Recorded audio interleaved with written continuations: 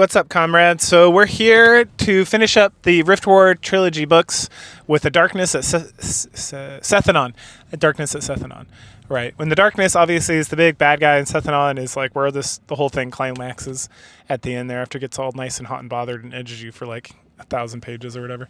So anyway, I want to say, having finished all three of these books, it's one of these weird things, and I've noticed this many times. It's not like every time, but many times that I'm reading through like a book series or watching like a trilogy of anything, and it always feels like the middle book or middle story is my favorite. And I was considering briefly like why that was, because like I like this book and I feel like it amps up a little bit, but at the same time I almost feel like, and this isn't even like a trilogy necessarily, like the way Robert Feist like originally wrote these books, it was like a quadrology, right? But then when they I'm trying to remember, when they published the books in America or when they published them in Europe, they combined Magician and Apprentice, which are into like the first book. And so there's technically 4 books. Like I think this book even starts and it's like book 4, Darkness of Sethanon, right?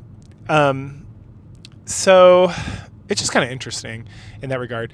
But that being said, I read them as a trilogy because that's how they were presented to me.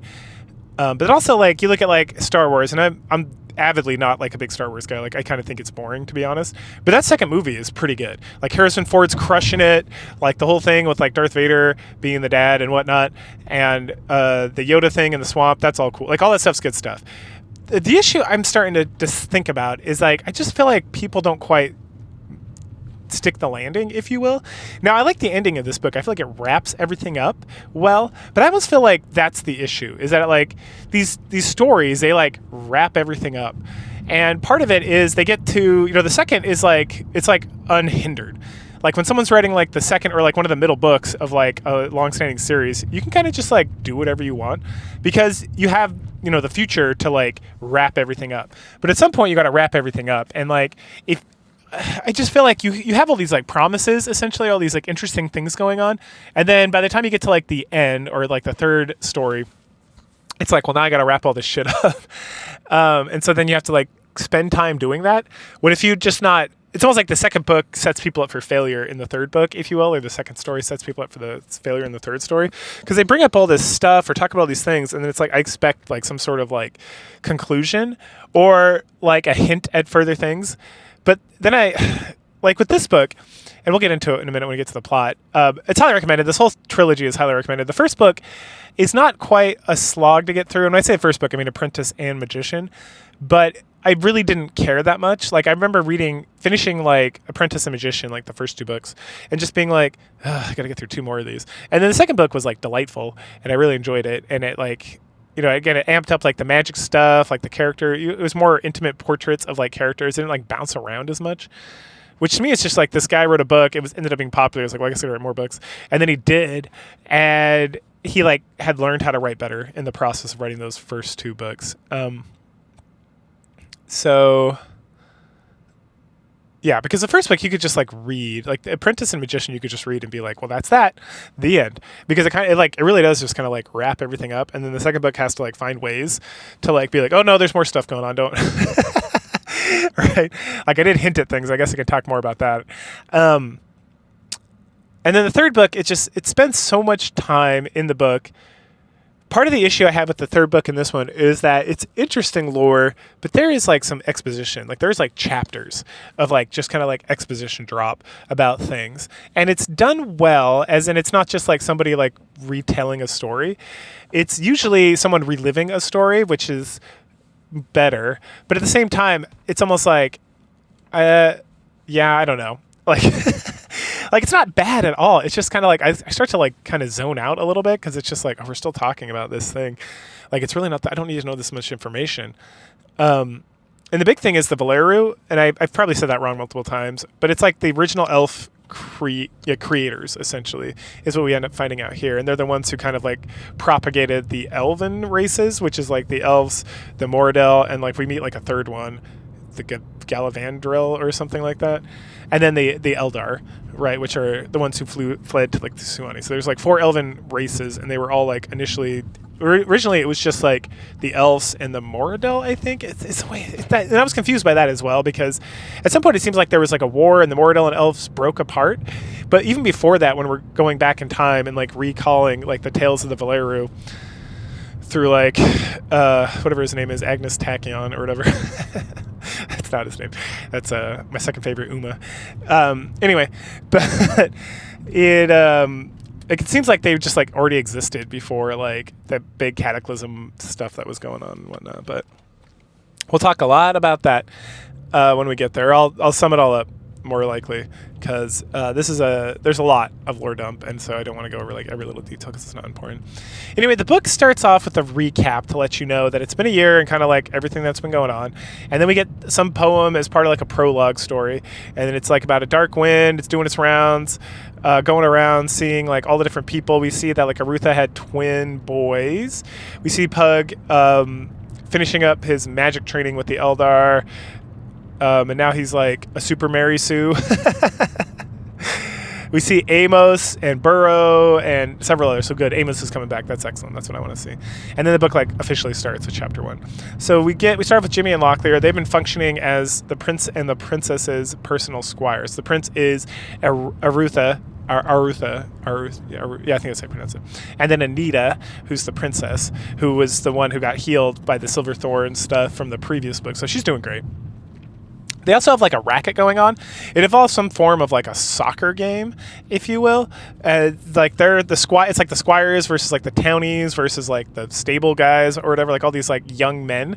Like they're all supposed to be between like 16 and 21, I think, right? So they're like that age of adulthood, to be completely honest, for the most part. And that Jimmy has become like the squire master. And so they're running like a racket, as in they're doing like gambling and stuff like that, which has become like an outlawed thing to do. But and he gets like yelled at about it, and he's like, "All right, I won't do it anymore." And then as he's walking away, he's like, "But I already had a bet set up, so I'm going to keep doing that." Anyway, there's some huge festival coming for some reason, and then we switch over to Arutha and catch up with people. We catch up with Caroline and Lori. They've been married, and they like have their baronry or whatever. Like I said, Anita has twin boys. We meet up with the Keshian guy from before. He's back around. He's like being super friendly and sneaky and all that stuff. And him and Arutha have kind of become like frenemies. They're frenemies because they have to like they spar when it comes to like diplomatic stuff with the Keshians and like agreements and trade routes and stuff. Because the Keshians are like on the west side of the continent where the kingdom is as well. So Liam, who's the king, who's like on the east side, deals more with like the Eastern Lords and leads a lot of like the ruling of the West to the prince. That's like how the kingdom's set up and whatnot. At some point, they head over to like this soccer match, which ends in a draw because it gets too violent, and like Gul'dan, he has to shut it down so that no one gets like injured or whatever. Then Jimmy sees somebody that really kind of is like, what? And he thinks he sees the upright man, like the leader of the mockers during the day, which is unusual. And so Jimmy goes to like see what's going on. Or no, he's not the upright man. Sorry, he's the leader of the mockers during the day. So the upright man is like the leader, and then there's like a day leader because the upright man is only up at night. So there can always be like stuff going on. So it's the leader of the day. So Jimmy kind of sneaks over and starts chatting with him, and he's like, "The Nighthawks are back," and Jimmy's like, "Fuck." And that they found that out because one of the upright man's like key leaders of like the organization of the mockers, he like disappeared while out kind of like doing some stuff. And so Jimmy immediately goes and tells Arutha, and then they start prepping for the Nighthawks being back and for Mermandimus.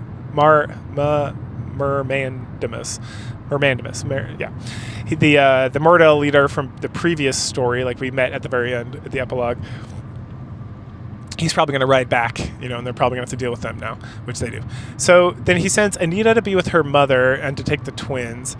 And then Jimmy gets sent to see if he can find this like missing guy. So they find the Nighthawks base of operations. They do a sting operation. It goes well, but several of the Nighthawks get away. So martial law, this causes a lot of problems for the populace, obviously. Eventually Jimmy and Lori come up with a plan to root out the Nighthawks from the people captured, and they get the help of the goddess of death, the new priest guy. So they gather all the prisoners together, and then they scare them into acting out, which causes the Nighthawks or they get the Nighthawks, they capture, and one of them ends up getting a knife into Arutha, and later on it appears that Arutha was killed in the attack. Elsewhere, Thomas in Elevender, he gets approached by Pug, right? And they're just talking by themselves. And Pug is like, hey, so Pug's back from his like year-long training with the Eldar, and he's like, hey, we have to go see the Oracle of All in another world, but the only way to get there is like with the dragon. And so Thomas is like, yeah, I think I can do that, because the Valeriru, and like, I'm trying to remember his name again. It's like, it's not Agnes, it's like Angius or something. It starts with an A. Anyway, so his other persona was like the Dragon King, right? The Dragon Rider. So he summons, I think her name is Ryla. She's a gold dragon, yeah. So he summons the dragon lady, and she shows up, and they go back and forth about how like the Veliru and the dragons aren't like super friends anymore. But then there's a whole thing with like her father, I think, was the gold dragon that Thomas like slew, that like wanted to be slain. And so Thomas did like a great favor, and because dragons are like super mystical in this world, like they have all sorts of fucking powers, like being able to travel through like dimensions and like magic, and be able to fight like super dreadlords, which are like the most evil creatures in like the whole universe. That they she's able to do that. Right, and so she was able to like hear the death cries and understand the whole story of like her father, essentially. And so she's like, well, I kind of owe you, so I will do that for you. Even normally we would not, because we as dragons are kind of just doing our own shit at this juncture in the whole realm of things. Sorry, I lost my place for a second. Okay, she takes them to this dying world. Let's see, and there's a small group of people, and so there's the Oracle of All, and then there's like the last specks of like her people that are like on this world, and they're like hiding out here, and they have a conversation about how they like survive, and they survive because dimension hoppers come to get like future told, or to get like questions answered by the Oracle, and then they always have to give like a gift, and the gift is determined by like the Oracle, and it's like depends on like what's being asked and all this stuff. And so Pug interfaces with the Oracle and finds out that he needs to find Macros, and that Macros is still alive, and that's going to like save the future or whatever. And in return for the fortune telling, he has to like relocate the people of this world to his world, to Metachemia, so that they can be saved. And we also find out that the Oracle is like an eldritch being, and that it possesses girls usually, right? So this girl was like mad and like gonna get raped and all that stuff, and so these guys like went and kidnapped her and brought her over, and the Oracle went inside, and so now she's kind of schizophrenic. But the girl, actually, her mind, it's like she's crazy sounding on the outside and looks like she's just living in like feces and stuff. That's because it's like the mind is like the Oracle is trying to possess this body, and so the body's kind of fighting back. But then the girl's consciousness, it seems, is just like in a paradise, just like hanging out and doing nothing, so she seems like she's okay. And so part of like the deal with Pug is that, okay, so I will find a place for your people to go, but you will not possess this girl anymore, or any of the girls. We'll find some other way to like have you present yourself in the world. And the Oracle's like, sounds good, we'll do that. All right, so then we pick up with Martin and Baru, and they're out hunting a bear with some other like hunters, like the new hunter of Crete, because Martin is like the Duke of Crete or whatever. Yeah, I think he's a Duke. That's bigger than a Baron. So they get back to the castle. Let's see, after like this fun little bear hunt, just to like reintroduce Martin as a character and Baru. Upon their return, his weapon master is like, bro, you need to get married, like, right meow. And Martin's like, nah, I don't want to. And he's like, no, think about it. The stabilization of the king doesn't have an heir yet, so then Arutha, and so then you're going to take over, and like, what does that mean for you? And so you got to meet with these guys, and meet with these women, and choose one. And so he's like, all right, fine. So he goes and he meets with this Baron, and he's got two daughters, and they're both hot, but one's like sassy as fuck, and the other one's demure. And then he gets a letter from Krondor, and it says like Arutha is dead. And then he gets another message from Anita and Carline, and it's like, everything's going fine, don't worry about it. And he's like, got it. So Martin pretends that he's going to go to Krondor, because that's like the message from like his half sister and his sister-in-law essentially tells him like the secret truth, which we'll get more information about that later. So he pretends to go to Krondor. It's like a whole setup and a whole like heist kind of situation. You know, if you've ever seen a heist movie, what I'm talking about, it's like plans upon plans and all this crazy bullshit. And so then him and Baru they head north, because they're gonna go take care of Mermandamus. But first they got to go to Elvander and talk to Thomas. So when they head over there, they find out that Thomas like took off, and that everyone's concerned. And they're not concerned because he took off, because he can take care of himself. But they're concerned that he didn't say anything, because if he didn't say anything, that means some like real bad shit's going down. And then they also meet, I don't know if they met. No, they met the son before. Yeah. They met his son in the last book. And that they're talking about how like the elves have noticed the Moradel are like on the move again, and also there's some other strange things going on. That so every now and then a Moradel will like rejoin. They'll cast off like the dark path, quote unquote, and they'll rejoin the elves. because they're all technically like one race. And so they witness one of these things, and they find out that it's very rare, and that Galanthothrus, who's like Martin's friend, elf, from like the previous book, he like joined them in their adventure, that he's never seen it. He's only been alive for like 50 years, so he's like a child. Right? But it's like a very exciting thing, but then it's kind of like been happening more often, it seems. Anyway, so after that fun event, they head north. That juncture, we switch back over to Jimmy and Locklear, who are doing squire stuff in preparation for Arutha's funeral procession. So at some point they get told they're not going to be involved with the funeral at all, and they get mad and they're complaining about it to the master, and then they go talk to the princesses and they get mad, and then the princess is like, oh, don't worry about it, it's no big deal. And then they walk out and Jimmy's like, don't the princesses seem like not very upset about Arutha's funeral, like him being dead? And so that gets him like kind of like, all right, I'm going to investigate some stuff. And so him and Locklear investigate things, keep getting put on like mundane tasks that are like way below like their station and ability. They start to kind of like put two and two together and realize that like they're being kept away from the funeral for some reason, and they're being kept away from like they're being kept busy, so they can't like get too involved. So of course Jimmy, being super smart and crafty like that, and then at some point they also they find out that like they sneakily find out that like Laurie is like headed north and he's not even gonna like be at the funeral or whatever. And then when they're looking at like the casket during the procession, Arutha is dressed like very oddly, and so Jimmy's like, that's weird. And so they stow away on the royal ship because Jimmy like finally like has like the light bulb moment and figures out exactly what's going on. And while they like run and jump on the ship, and like the cook takes him to the captain, and the captain's like, why shouldn't I throw you off right now? I don't care if you're the prince's like squire or whatnot. And then Jimmy's like, let me go talk to you in your cabin real quick. And he's like, all right. So they go in, and the captain comes out. He's like, all right, we're going to this place. We're going to like Soth instead of where we were going to go. And everyone's like, what? He's like, just go, I demand it. So he convinces them. And so once they get there, they camp out. They deal with some bandits and some riders and whatnot. And then eventually they see some riders running along a beach, and they run out, and they're like, aha! And it's Laurie, Arutha, and Ralph, because they faked Arutha's death. And you're like, damn. And then they just talk about it with some like magic bullshit with like the priests and some other stuff and whatnot, and so it's like cool. So everyone thinks Arutha is dead, and they want to keep it that way, right? Kind of like in the previous book, but this time it's like Arutha's like officially dead, so it's much easier to pretend like he's not around and he's not a threat. And this is all rooted in like the prophecy. So if Marmandamus thinks that like the dark prophecy is being fulfilled because the King of the West is dead, then it's going to make it a lot easier for them to like move on with their plans. I think like everything is going to be okay when it's actually not. So they want to keep thinking he's dead. So then they head north because they're going to meet up with Martin and Baru, and they're going to hunt him down. Meanwhile, over with Pug, Thomas, and the dragon, they return to Mechemia, which is their world, and they decide they're going to go check out Macros' island to kind of get some more information, see if they can find out if Macros has returned or if they can get any more information about what happened to him. So the dragon is like super fast, and then Pug like not ruminates, that's kind of a negative connotation. He kind of ponders. He ponders on how the dragon is flying with magic, not just wings, and that it's able to like speed up or slow down based on like purely on just like the immense magical ability that dragons have. So they get to like the island, and like the village is completely gone, and the castle looks like it's all destroyed and abandoned and whatnot, and they're all like, what the fuck's going on here?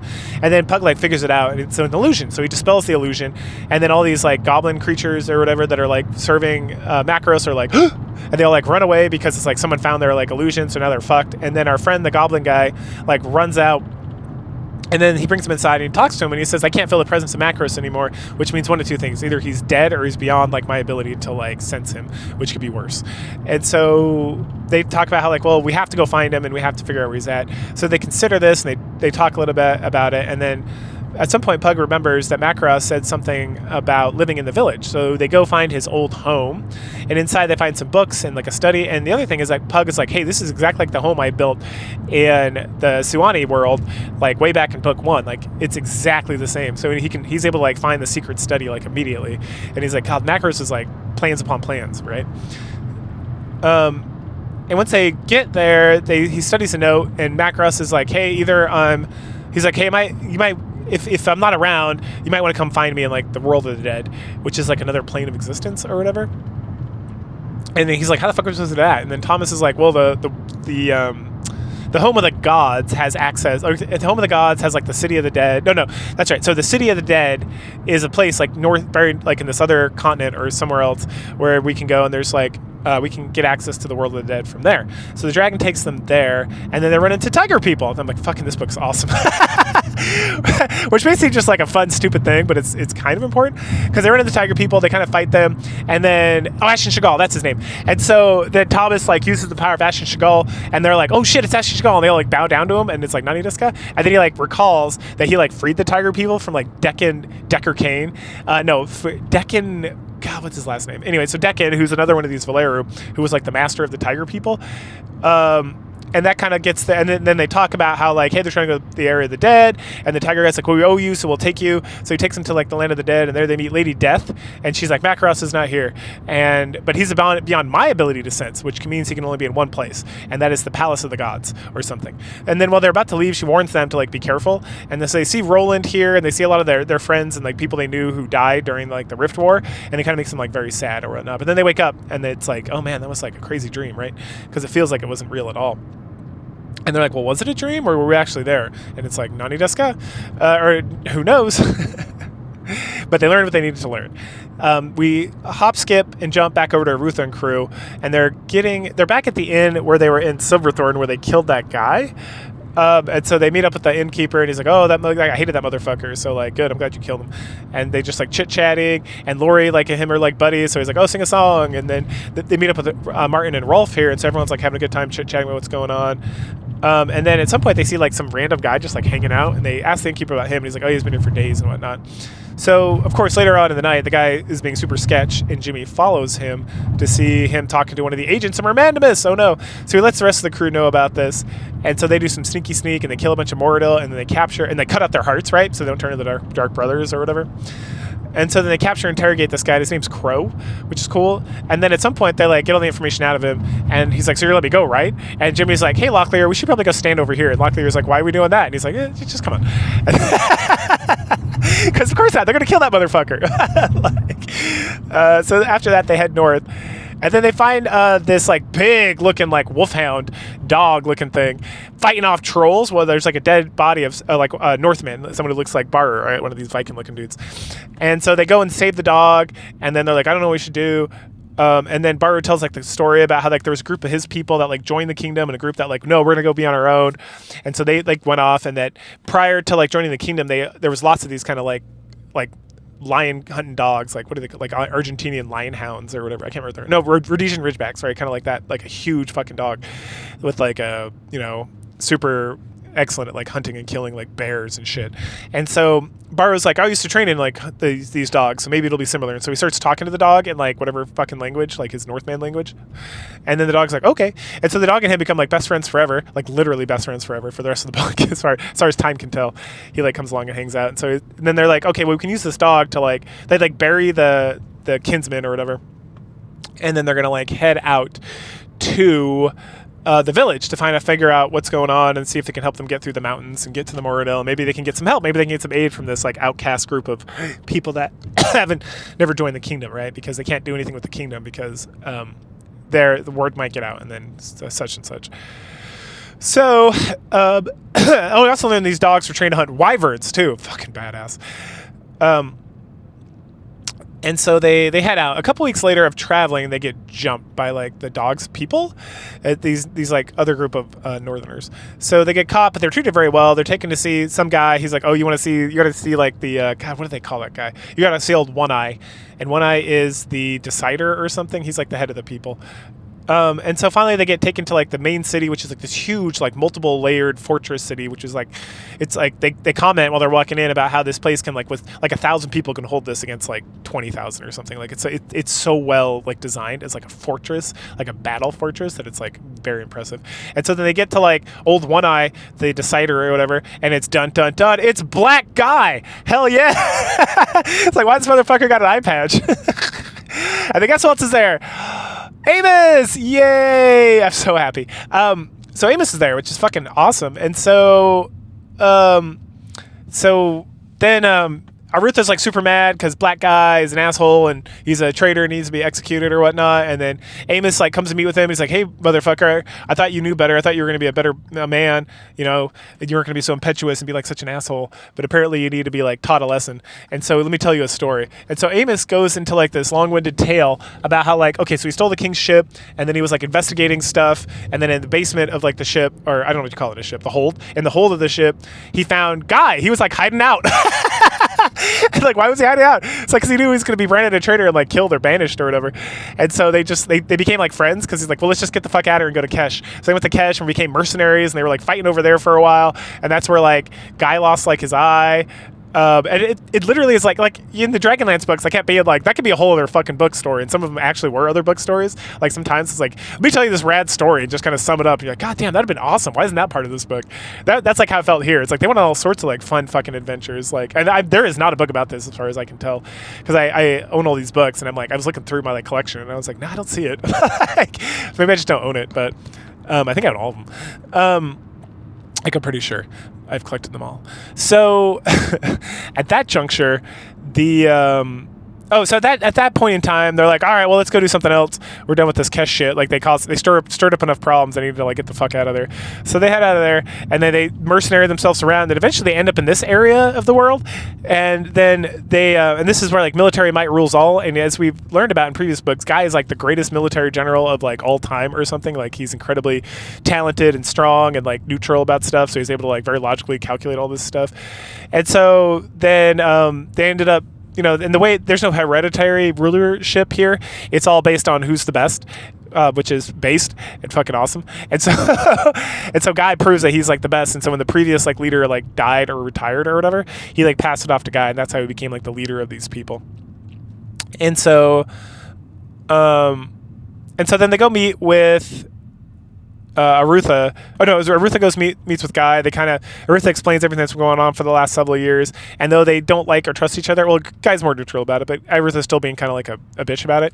They both decide that like Mermandamus needs to be stopped, and that these people like all they do is fight like the goblins and the trolls and the Moradel like constantly. So they're like, and everyone in this place like fights, like all 7,000 or whatever, like all fighters, like the women, the children, everybody. At some point, they're meeting with like right there, everyone's meeting, and then Martin catches the eye of this lady general named Brianna, and then she like catches his eye, and it's like, yes, wife time. He's gonna what is it, mating press. So they talk a little bit more. Meanwhile, the boys, Jimmy and Lockyer, they head out because, you know, they're just squires, so fuck them. And they meet some girls who are going dancing because they're like off shift or whatever, because again, everyone's like a warrior. And so they go hook up with them and go their way. Martin gets Brianna to take him on like a date. And so they go out and they end up back at her place and they fuck and they have like a conversation about the meaning of love and lust and all that stuff in this place. And she was like married before, and then her husband like got killed, and Martin talks about wanting to spend more time with her because they like are perfectly in sync about everything. And she's like, well, we have this battle and we're probably gonna die, so I don't necessarily want to do anything at this juncture, but maybe if we live through it we can talk about it more, because I also like you, my lord, and whatnot. And so meanwhile, Arutha is just talking with Guy, and Guy like tells him the truth about everything. And this was hinted at by Mika in the previous book about how Guy and Bork were like squires together back in the day, and they were like best friends, but they were like frenemies because they were very competitive with each other, and that, you know, they taught each other like, because like Guy was always like a city noble and Bork was always like a country noble, so they had like lots of things to tell about each other. But eventually they broke up and blows came because of dun dun dun, a woman, of course. It's Arutha's mother. So Guy was like practically engaged to Arutha's mother, but then Bork like showed back up for some reason, met her, and then like used like the intrigue that Guy taught him, like the court intrigue, to essentially guarantee, like the king essentially was like, you who are like a ward of my house, like the Arutha's mother, will marry Bork. And that made Guy and him very mad, and they fought, and it's like fun stuff. And then there was always questions about her like love, because she loved both guys, like Guy and Bork and whatnot, and it's all very interesting. And that's kind of how Bork and Guy became very like disparate from one another. And then, you know, we learn more about like, you know, Guy was like, you know, thinking about, essentially Arutha learns, I don't remember all the specific details, so I'm going to kind of sum it up best I can. So Arutha learns that Guy, his love for the kingdom, since he lost the love of his life, like the romantic love of his life, he did not care. Like, again, he reiterates the only reason he was going to marry Anita was to like assume command of like the kingdom or whatever. But And at some point, he realized Roderick was insane, and he was going to kill Roderick, and then kind of like take over in his place so that he could rule the kingdom and help fight back the Sewanni. But then that kind of took care of itself. So at that point, he was kind of at a loss because he had no ill will towards Liam, like at all. And it's like, well, he'll be a better king, and I don't necessarily want to start a civil war. So that's kind of why he didn't step forward. He kind of hid out and stayed away. And then once he heard he was banished, he was like, well, I'm going to get the fuck out of here. And so then Rutha comes to like maybe not want to be friends with him, but at the same time starts to really understand. And because there's a whole thing where he's like, you were gonna kill the king, and he's like, yes, I had to do it for the kingdom. And then Arutha was thinking about how he talked about killing Martin to protect the kingdom, right, back in like the end of the first book. And so like they are somewhat similar, and they talk about that a little bit and whatnot. Talk more. Okay, so then Guy talks about with this fortress, if they can get more men here, then he can easily defeat Mermandimus, even if he has like 50, 60,000, which he does. But there's no way to get a message out to the king to get more men, and that he's sent messages, but like nothing's come of it, because obviously it's like Guy requesting things, and it's like, you're like a betrayer, like shut the fuck up. But if they could get like a Rutha or somebody to like send messages, maybe they could do that. But again, it's like even getting messengers out at this point is like impossible because they're all dying. Like when the guy we met with the dog, he was actually one of these messengers that was going out. And then he talks about how like the entire culture is like dying here. How like 20 years ago it was like 15,000 people, then it was like 10,000, now it's like 7,000, because like all the women of like childbearing years are not like bearing children, so that's causing like the crisis of reproduction or whatever, the birth rates or whatever, like it's, which is very like prominent now because it's a similar thing happening, like childbearing women are like not having kids. Now it's not because of like war or fighting or dying to like the Mordrill. Now it's because they're TikTok's more important. Guys, it's not all women either. You know, I'm not just blaming like the female race. It's the men too. The men just like don't want a responsibility. But partially, a lot of it is just like the lack of trust that's brewing and like all that stuff. And it's funny, like you look at like V Romanian. He mentions how the Democrats' solution to the birth rate crisis is their view of like increasing the population is immigration, unlimited immigration, because they don't think, because women can't bear children. That's not how you increase the population. You increase the population by bringing people in from other countries. It's pretty funny. He says it more eloquently than me, but it's fact. But then also because of the war and everything, the culture is stagnated as well, and so the people are like living and they're existing and they can like be happy, but like the overall culture is like in a very sad state. And so what he wants to do is integrate them back into the kingdom and give them like some peace and rest, so that the women can start like feeling comfortable like bearing and raising children, and that the men can like stick around and not just be dead. Like women are just bouncing from man to man essentially, and there's the losslessness and the hopelessness of the group. And so he wants to help defeat Mermandimus, but he also wants promises from Marutha that no matter what happens, and Guy will stay like, he's like, I'm willing to like never come back, but can you at least take all these people and like integrate them in the kingdom? And like Yarvin, which is like the closest of like the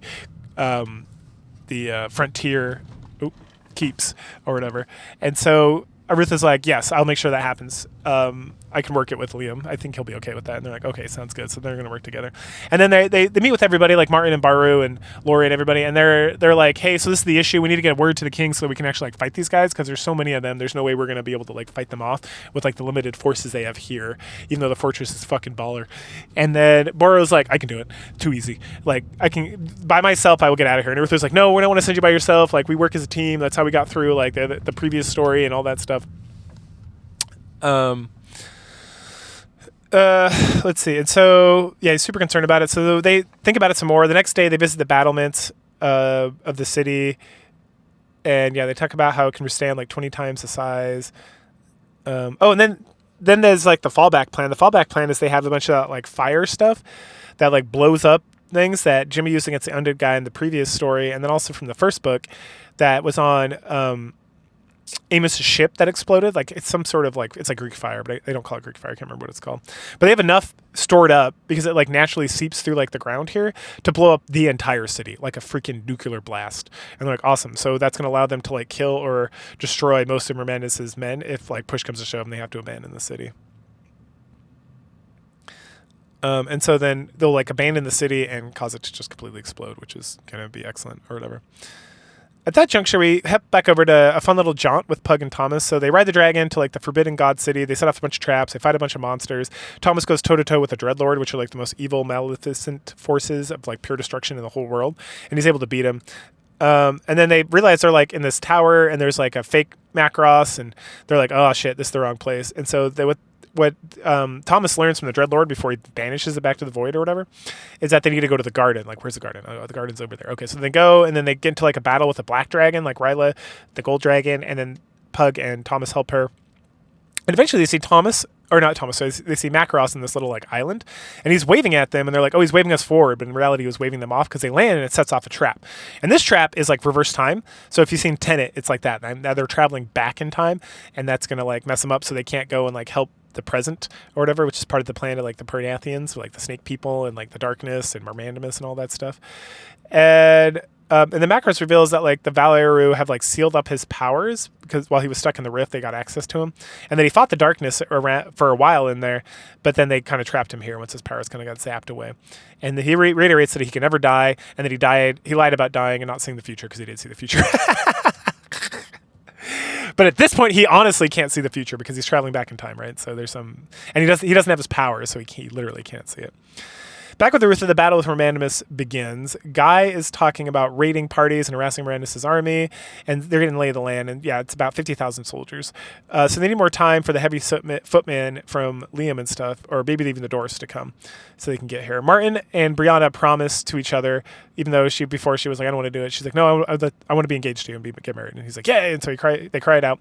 Barrow is joined by Rory, Rolf, and Martin, so they all head out. They break through some lines. They fight for a bit. At some point, Rolf falls down a ravine and breaks his leg, but he's able to like hold back the Moradil before he dies, so he dies like a freaking hero. And he makes Lori promise that he's going to write like a ballad about him, and that's fucking badass. So then they continue on their way. Back with Arutha, the battle, like the siege actually begins, and it's been like 10 days later. They're still waiting on Martin. They fight. Mirandus comes out. He tells them surrender. He uses like some magic to try to convince them. And then Guy's like, I'll think about it. Come back tomorrow, to give themselves some more time. And Mirandus is like surprised. We're like, oh, okay, yeah. So they have like a moot, if you will, where they meet up with all the people and like all 7,000 or whatever. And there's a lore master, is some sort of magic where he can like see stuff, or he can like gather, I don't know. It's important. So they decide that they hate the Moradil so much that they're going to battle. So then they're able to resist the siege for like another day. And then that night, like the girls are hanging out that have been hanging out with Locklear and Jimmy. They want to fuck because it might be the last time ever. And Locklear like simps so hard for this bitch after this because it's like he was a virgin before and he thinks he's in love, but it was just like she had a nice pussy, which comes up later. And then so everyone fucks and then rests and they prepare for more battle. They fight some more the next day. The Remandus pulls his troops back, and you're like, why? And so, and then at some point, then this like right now, Locklear is like, oh hey my love, I'm so excited. You want to have sex again tonight? And she's like, no, I'm tired and dirty. And he's like, but what about our love? And she's like, bro, I'm not that into you. And she gets he gets super mad and like storms off. And then and she's like, dude, sex is just sex. And then he hears her shouting and he pauses for a second, but then she shouts again. So he runs back and he finds out she's been killed by a troll. And he's like, what? So he kills the troll and she's like officially dead. Then an alarm goes off and then more creatures start just like popping into the city with magic.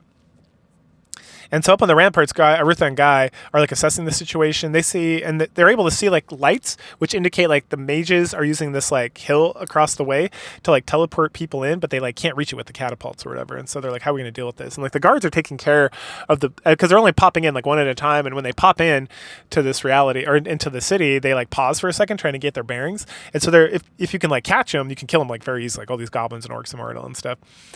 But then Amos kind of wanders up and he like puts his thumb into the air and he's like, hey, the wind's blowing in the right direction. Set up a catapult with some of that fire and launch it there.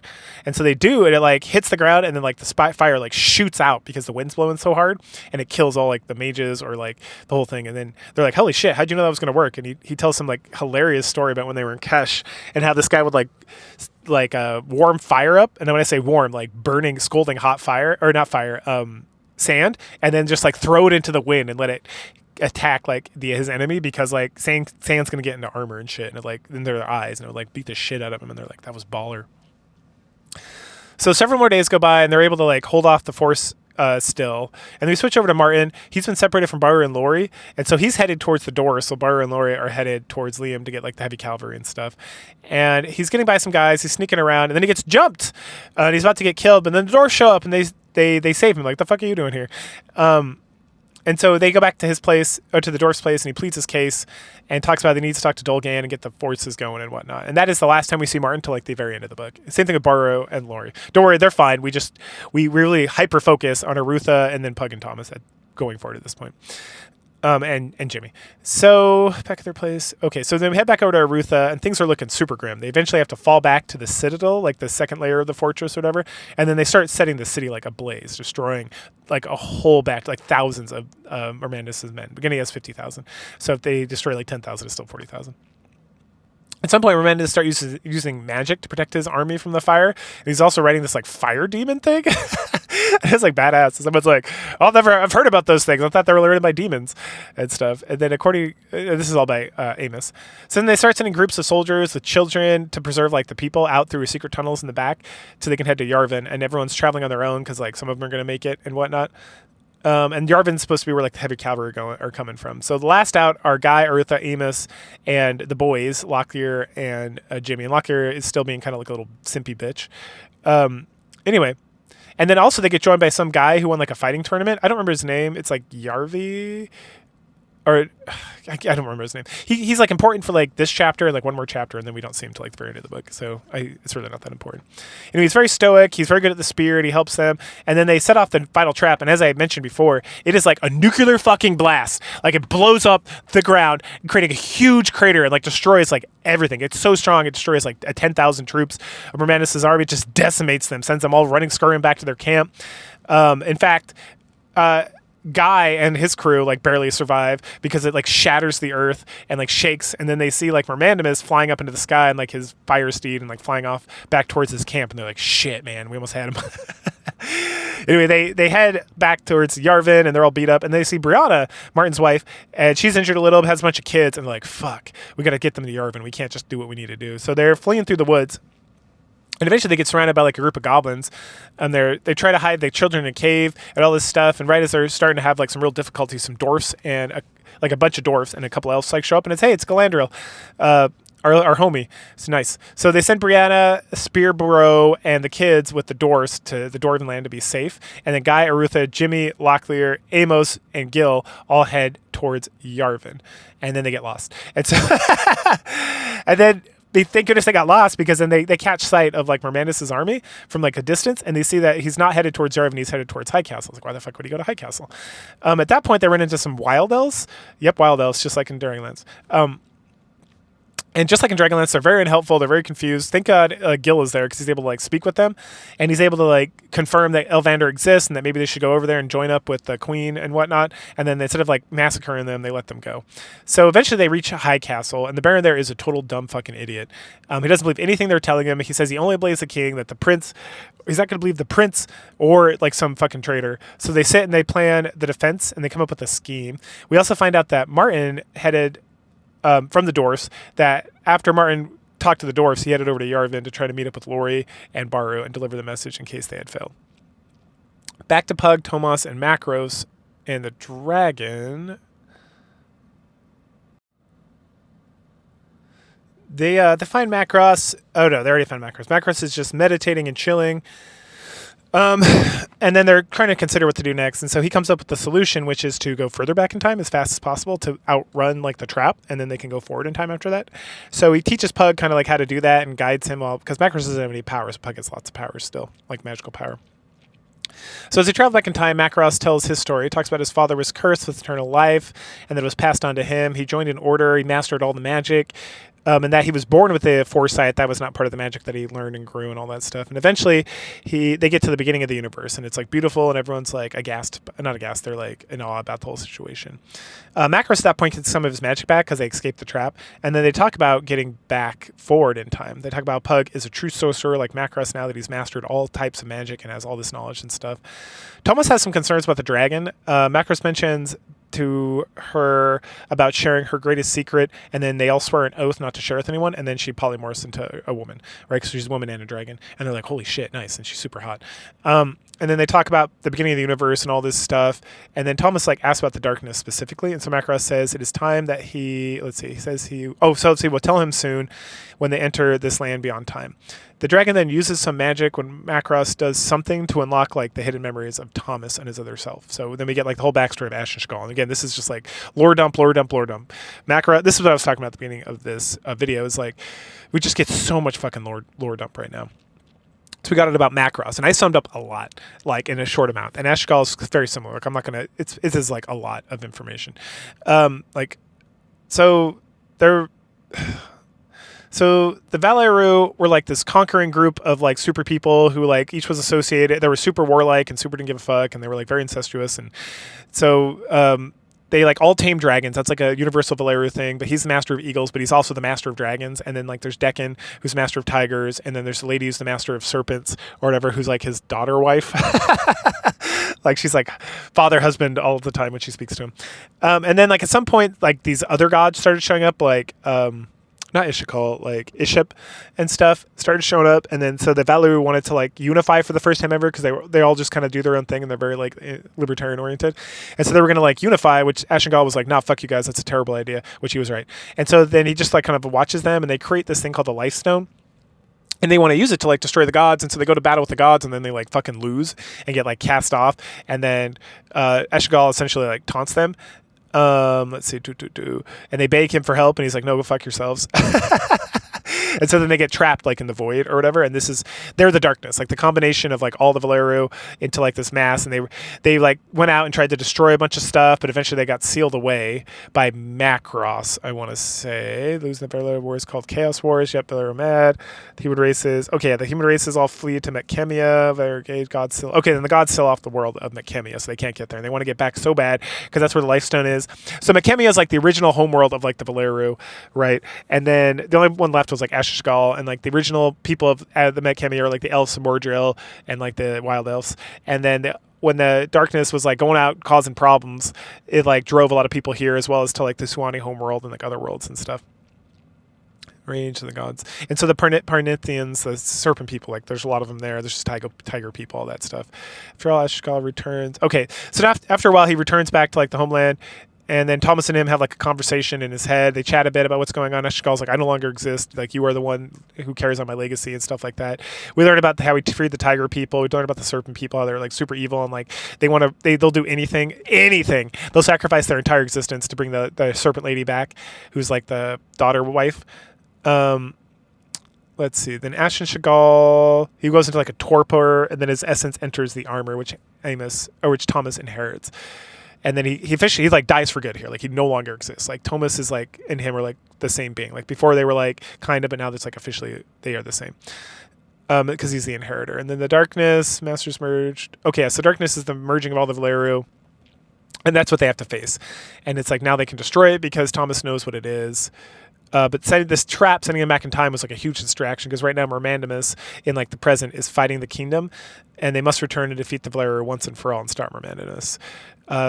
Back over at High Castle, the Baron continues to be a fucking idiot, doesn't listen to Arutha or Guy. He dies on the first day of siege, so Arutha takes over. The whole garrison flees south to Sethanon because they finally figure out that's where Mermandamus is going towards, and there's something there they need to figure out. So they grab up a merchant, get some food. It's like there's a whole chapter about them just kind of fleeing. They get to like the deep woods. They fight some Myrtle there. They destroy all their caches, and they realize that this invasion has been planned for like decades. And so they have all this like these secret caches of like Mordor hiding out in the deep woods. And so they get them, and they're like clearing out some of the people. Okay, so once they get to Sethanon, they have like a couple of the barons from High Castle that were friendly with Guy before, but are actually good leaders. And so they gather all them together, and then they try to get rid of some of the civilians in Sethanon, and they set up in the garrison, and they're waiting for like help, and they send messengers out for aid to come here. Talk to troops. Okay. Back over to Pug and Macross and Thomas, they end up back in like kind of like more present time, and they're in some like hall of eternity, and then Macross talks about someday this will be like a central marketplace for like all these various people who will travel through like the multiverse, and they'll be able to like enjoy each other's company and trade and do all this stuff. As they get closer and closer in time, Macross and Thomas talk about the Valeru, as well as Thomas and his role in fighting them, and that he needed to fully understand the Valeru and their wickedness so that he could fully understand their threats, so he could like not lose heart when he's fighting against them. And then at some point, Macross is like, "Hey Pug, I think you could reach out to like Ganima again," and so he does. And we find out that Katala has like officially adopted Ganima because Randolph, I think was his name. He like died, and so now she is like a daughter, and Katala treats her exactly like a daughter, and William and her like brother and sister, like on all but blood, right? So then Pug's able to communicate with Ganima, and then Eglin, I think is his name. He's the so there's Hotchpepper, and then I think Eglin, something like that, is the other guy. And so he's developed some sort of like mental stuff as well, kind of like the mental like that Ganima has, where she can like read minds or whatever. And so he has to go into like William's mind because William can like access Ganima's mind because they have like a telepathic connection, and he's able to get the information that it's like they need to go to Sethanon, all of them. They need to call the assembly. They need to get the Suwani. They need to get all the forces of like all the land to go to Sethanon. And so then that starts happening, because the Mermanimus must be stopped, and they must stop him from reaching the life, this thing called the Life Stone. Effect on this world. And so it's because it's not going to affect just this world; it'll affect all worlds. So then they get back on the dragon, and they get back. So then going back to Macross and Pug, and Macross, Pug, and Thomas, they get to like the present. They hop on the dragon and they go.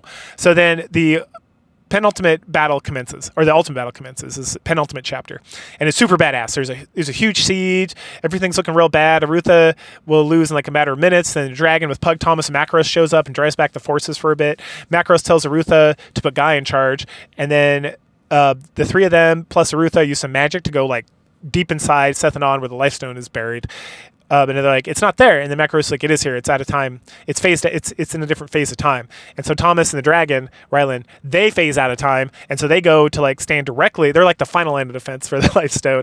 And Macross and Pug like hold hands and like focus on the altar where the Life Stone is to like, oh, but first, before it is that, Macross takes the amulet that Arutha was using. Oh, there's a whole badass scene where Arutha like takes off the amulet and is like, "You don't believe I'm dead? I am alive. You can feel it." And then like the snake, the Prananthian cleric, like runs up to Mermanimus. Mermanimus like screeches into the heavens and like kills him. And then that's when the battle starts. Anyway, so then going back to the present, Macross takes the amulet and fuses it, the magic, with the sword. So now Arutha's got this badass like magic sword that protects him from magic and does like extra damage or whatever, like +3 or whatever. And then him and Pug like meditate and focus on like the magic and everything. At this juncture, we're bouncing back and forth between the fighting in Sethanon and then this underground stuff. So Guy and Amos make a good last stand, but eventually they both fall. And then we go back to the keep, where they're getting rushed, but they're killing like thousands of thousands, but there are more and more coming. And then eventually they get ready for their last stand. It looks like Amos is about to die because he gets shot in the side with an arrow, and then Guy, instead of abandoning him, like just starts killing dudes on top of this thing until he's like covered in blood and whatnot, and he's getting surrounded. Elsewhere, Locklear rescues this girl, which of course he is a simp, so he immediately falls in love with her, but that doesn't happen until later.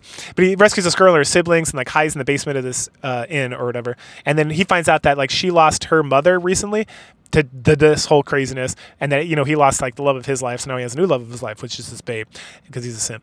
Anyway.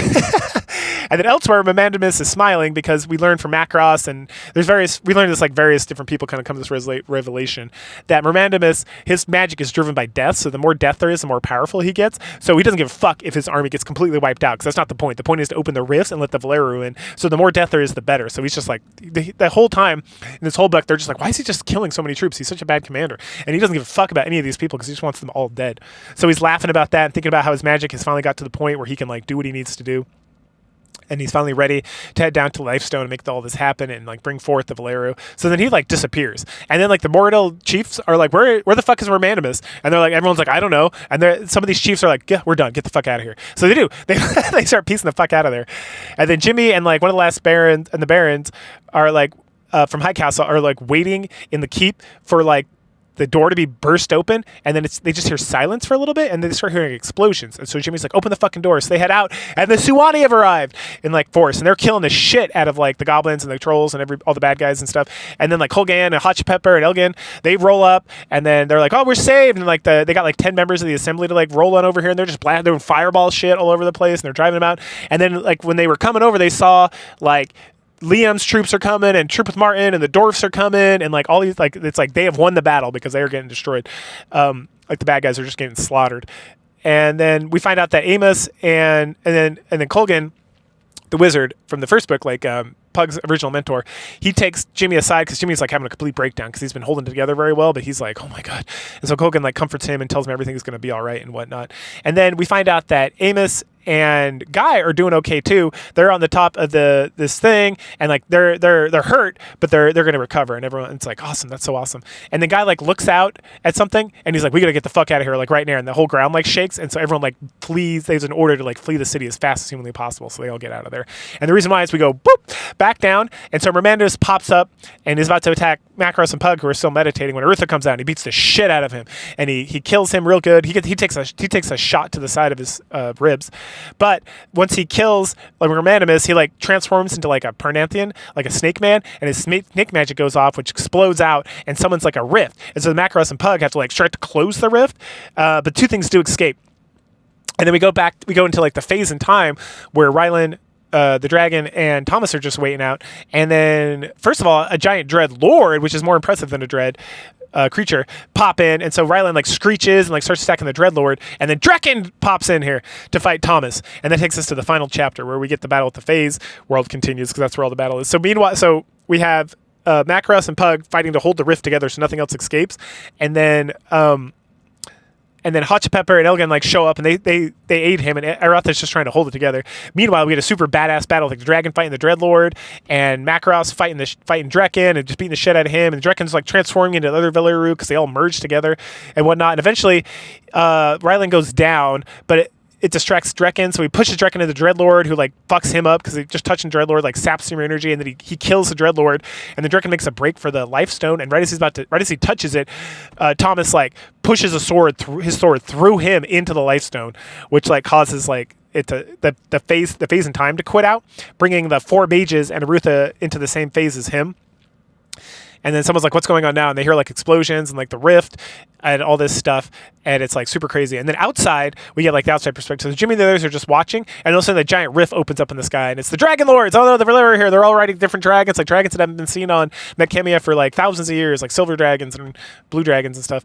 And then right as they appear, everyone feels like despair, and it's like the end of the world, and the whole world is like crying out in like sadness, and the Valeru are like super excited, and then a green fire sprouts out of this like crater in like the earth, because there's a giant explosion in the city, and it like leaps up into the air and grabs the Valeru and like destroys them, and then everyone starts feeling super peaceful, and the dragons are like, nope, the fuck out of there, because they're like, well, we're done. So they go flying out and about to like spread dragonness all over the world or whatever, and then it drags the Life Stone drags in Drekken, it drags in a part of Thomas that was Ashen Chagall, it drags in the Dreadlord, it drags in all the fucking Dragon Lords, and then there's like giant glowing like dome of green light, and everyone starts feeling peaceful, and even the goblins and trolls and Mordell are just like, we don't want to fight anymore, we're just going to peace out. So they all like make a break for it, and all the humans and all the dwarfs and everyone, they feel like super at peace, and they feel connected to everyone else, and everyone's like crying and laughing. And then there's like a whole nother explosion, and then the dome's gone, and then everyone's like, what about the prince? And then you see like a blue light, because at the last moment, Pug and the rest of the wizards created like a barrier to protect them, and so they come strolling out all fucking like anime pro tag style, like from a opening credits scene. It's badass as hell, man. It's fucking great. Then their friends like Martin and Lori and who are all there at this point, they grab them, and everyone's like laughing and crying and smiling. And then we get to like the official end, if you could say, even like the epilogue. It's just part of like the final chapter. King Liam's finally there, and he gives out awards and titles. He makes Guy like the head commander, or like the Duke of Rilin, which is like the capital of the kingdom or whatever. So he's like, the second in command of the whole thing. He passes out other titles and stuff. We find out that his wife, the queen, is pregnant, so he has an heir officially. Then let's see, Carline's still pregnant. We find out, Locklear is now shagging that chick that he saved, and he's, super in love with her, obviously. And then Jimmy's like complaining about how he's such like a little bitch about like falling in love with anybody who just like strolls along and has a pussy. And then Macross takes Pug and Thomas aside, and we learn that Thomas again is like the Valero in him is completely gone. That he's still his body's been changed by like its interaction with Asher Chagall. Like he's still gonna live for like 1,000 years to like bang his hot elf queen wife and get more of that elf pussy.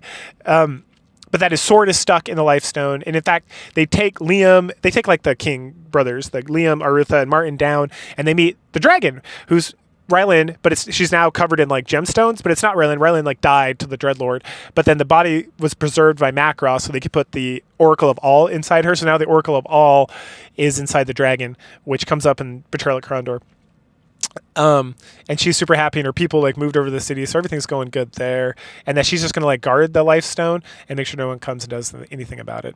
And then they, Liam commands that they put out a rumor that this place is cursed and everything. And then we also learned that Macross is going to take his homie, the Goblin guy, and they're going to like leave and go attend to like other things. And Pug is the official inheritor, and that we all have roles. His role is to wander. Pug's role is to stay here and like be with his people and to lead and protect and continue to like teach magic in Makemia to like everybody and to like expand as much as they can. He also mentions that there's like another secret trove of books that he's going to send over, but he shouldn't show anybody, not Kulgan or Hotchpepper or any of these guys, until he looks through it and decides what needs to be done or not. Because now him and Macross are equal in like power, maybe not knowledge, but in power and ability. And so like he is hands down the greatest Mary Sue of wizards of all time, along with Macross, who's like the greatest Mary Sue. Anyway, so then he's got to be in charge. He's got to be like responsible for all this stuff and make sure people don't get access to things they shouldn't have access to. Okay, and so then we wrap up the book, kind of like we wrapped up the first book, where Ruther's meeting with like the guy who was like running his kingdom for the last 3 years, and then the guy who's the arms guy, Gul'dan.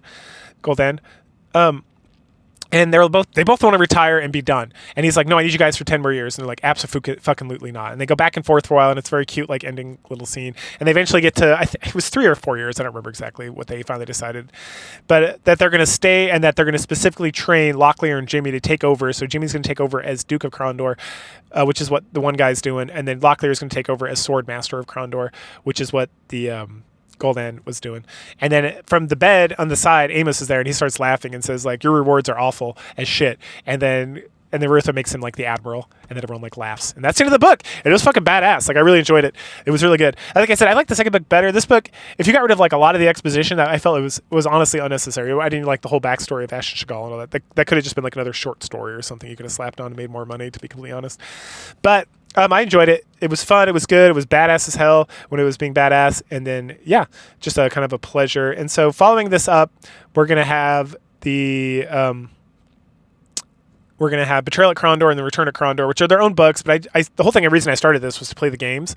And then I was like, oh, that's right. There's like a book series it's based on. So I might eventually get to those books. But we're going to go to Betrayal at Krondor and Return of Krondor. And just as a friendly reminder, if you're following along, I played those games before I read these books, so I'm going to have a lot of questions that are easily answered if you listen to this, and you'll know way more than I did going into that. And now thinking back, I'm like, wow, I did like a lot more stuff makes sense, right? But it is what it is. So go ahead and like, share, subscribe, comment, and I will catch you guys later. Bye.